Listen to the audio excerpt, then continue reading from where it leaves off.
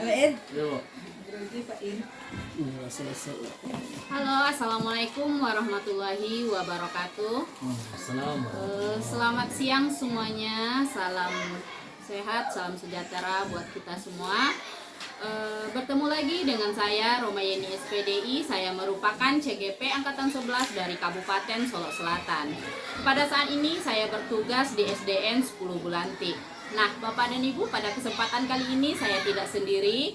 Dalam kesempatan ini saya ditemani oleh rekan saya Bapak Indra Galeri dan juga pengajar praktik saya Ibu Sri Muharmita. Nah, baiklah Bapak dan Ibu semuanya, pada kesempatan kali ini saya akan membuat video tentang kegiatan pasca observasi. Nah, di kesempatan kali ini saya akan bertanya tentang kegiatan pasca observasi kepada rekan sejawat saya Bapak Indra Galeri. Baik Bapak, nah kemarin kita sudah melaksanakan kegiatan observasi di dalam kelas. Nah, yang mana kemarin tujuan kegiatan observasi kelas kita adalah untuk melihat sejauh mana ketercapaian dari rancangan yang telah Bapak lakukan di dalam kelas, apakah sudah tercapai atau belum. Nah, terkait hal tersebut ada beberapa hal yang ingin saya tanyakan kepada Bapak setelah kegiatan observasi kelas kemarin. Nah, yang pertama ini mungkin terkait dengan perasaan Bapak dulu. Kira-kira gimana nih perasaannya setelah melaksanakan kegiatan observasi kelas kemarin?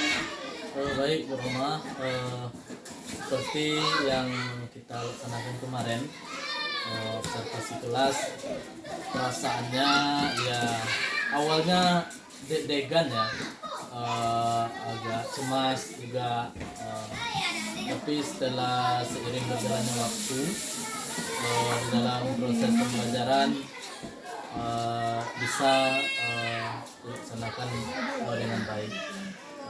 Perasaan saya bangga juga, bahagia juga karena bisa berbagi ilmu, bisa mengukur sejauh mana proses pembelajaran yang saya lakukan di kelas, apakah sudah sampai ke tujuan pembelajaran atau alur pembelajaran yang saya rencanakan. Oke. Nah, kemudian Bapak terkait dengan area yang ingin Bapak kembangkan, kira-kira menurut Bapak apakah area yang ingin Bapak kembangkan terhadap murid di dalam kelas selama kegiatan observasi? Nah, kemudian apakah area pengembangan tersebut kira-kira sudah tercapai atau belum? Ya, kemarin di dalam proses pembelajaran yang saya lakukan, area yang ingin saya capai ada 3 komponen. Yang pertama kognitif, kemudian afektif, yang ketiga psikomotornya. Alhamdulillah semua area tersebut mampu saya lakukan dan saya laksanakan sesuai dengan perencanaan pembelajaran yang telah saya buat. Oke, terima kasih Bapak. Kemudian langkah-langkah apa yang Bapak lakukan di dalam tahapan belajar untuk mencapai area pengembangan tersebut? Ya, kemarin yang saya lakukan adalah tentu awalnya kegiatan pendahuluan, di mana kita menyiapkan kondisi peserta didik, baik fisik dan psikisnya. Kemudian apakah peserta didik sudah siap untuk mengikuti proses pembelajaran yang akan dilaksanakan. Kemudian setelah kegiatan pendahuluan juga kegiatan inti.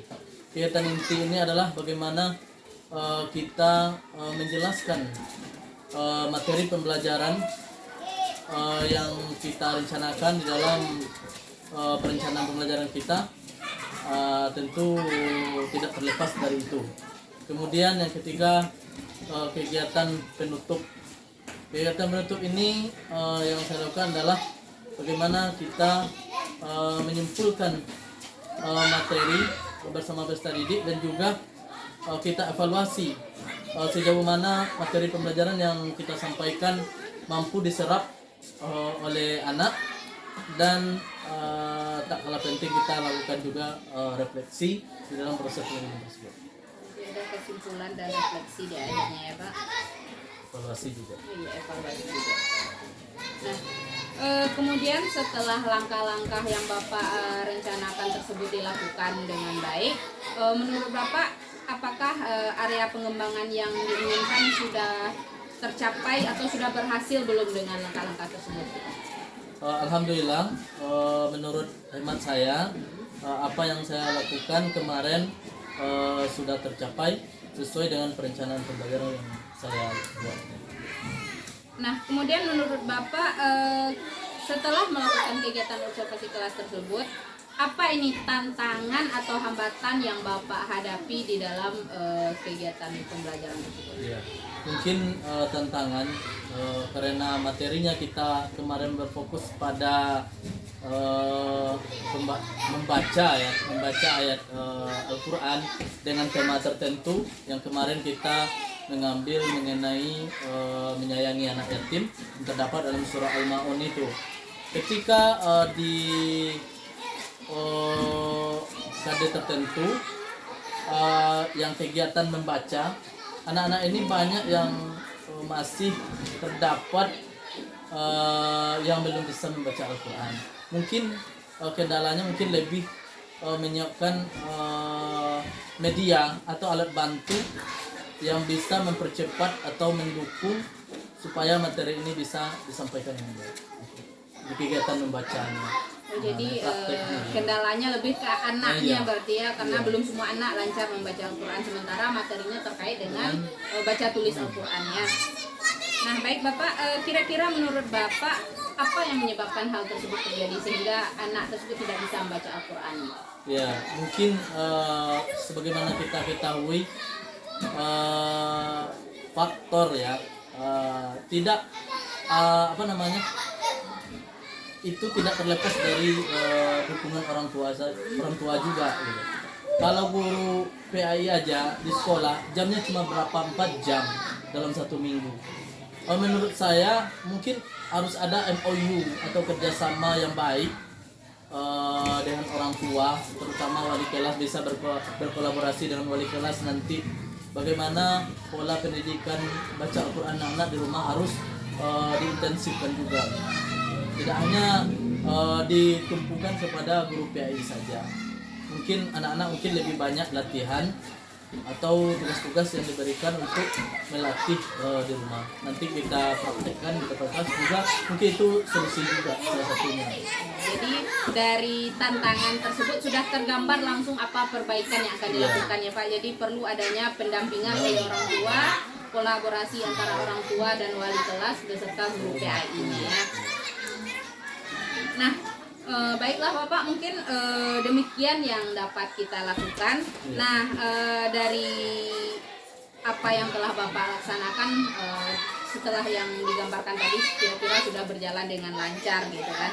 Nah, kemudian mudah-mudahan untuk kedepannya dapat ditingkatkan lagi, dan juga saya tidak sabar menunggu kabar baiknya. Kira-kira dari solusi atau rencana-rencana perbaikan yang Bapak susun tersebut, yang sudah tergambar tersebut, mudah-mudahan dapat dilaksanakan, dan nanti saya ingin menunggu kabar baiknya bagaimana hasil setelah ada perbaikan dari perencanaan tersebut gitu. Nah, kemudian Pak, kira-kira kapan nih rencana perbaikannya yang mau dilaksanakan? Mungkin 2 minggu ke depan kita akan coba menggunakan metode atau media strategi lain yang berkaitan dengan materi PAI selanjutnya. Mungkin dengan kita menyiapkan media, strategi dan metode yang tepat, maka pembelajaran yang akan kita laksanakan mencapai tujuan yang kita harapkan. Oke Bapak, mudah-mudahan apa yang direncanakan dapat terrealisasi, dan terima kasih juga atas waktunya karena sudah bersedia di observasi Bapak. Selanjutnya mungkin saya akan berikan kesempatan kepada Ibu pengajar praktik saya, Ibu Sri Marmita, untuk memberikan umpan balik terhadap ungkapan ini. Terima kasih Bu Roma, dan saya ucapkan juga terima kasih kepada Bapak Indra yang sudah membantu Ibu Roma selaku CGP dalam rangka memenuhi tugas dalam pendidikan guru penggerak ini, yaitu dalam pembuatan aksi nyata Mutu 2.3 ya Bu Roma ya. terkait dengan supervisi akademik berbasis coaching. Jadi di sini yang kita lihat adalah kemampuan Ibu Roma menerapkan ilmu-ilmunya, bisakah dia mempraktekkan coaching ini dalam supervisi akademik. Dan bagus sekali yang sudah saya lihat, yang sudah saya tangkap di sepanjang percakapan pasca observasi ini, di mana Ibu Roma sudah mengaplikasikan apa yang sudah beliau dapat selama pendidikan. Dia sudah menunjukkan pertanyaan-pertanyaan yang menggali, yang memang berbasis coaching terhadap Bapak. Terus kemudian tadi terlihat juga Ibu Roma di awal sudah menyampaikan tujuan kegiatan ini, dan juga sudah merefleksi bagaimana sih kegiatan pra-observasi dan observasi yang dilakukan bersama Bapak Indra. Kemudian tadi juga terlihat ada percakapan terkait dengan area pengembangan juga. Dan percakapan sudah berlangsung dua arah. Kemudian Ibu Roma juga sudah terlihat mendengarkan dan juga merangkum kembali apa yang sudah disampaikan oleh rekan sejawat. Artinya Ibu Roma sudah mampu dalam memberikan umpan balik yang positif terhadap rekan sejawatnya. Kemudian tadi juga terlihat bahwasannya ada ditanyakan tindak lanjut bagaimana kedepannya untuk perbaikan dalam proses belajar mengajar ini. Mungkin itu saja hasil pengamatan saya. Secara umum sudah bagus apa yang diaplikasikan oleh Ibu Roma ini. Baik Ibu, terima kasih banyak atas tanggapan dan umpan balik dari Ibu, dan terima kasih juga kepada Bapak Indra atas kesediaannya dalam mendampingi saya memenuhi tugas ini. Nah, mungkin demikian rangkaian kegiatan kami dalam observasi ini yang berbasis coaching berbasis supervisi akademik. Assalamualaikum warahmatullahi wabarakatuh. Waalaikumsalam.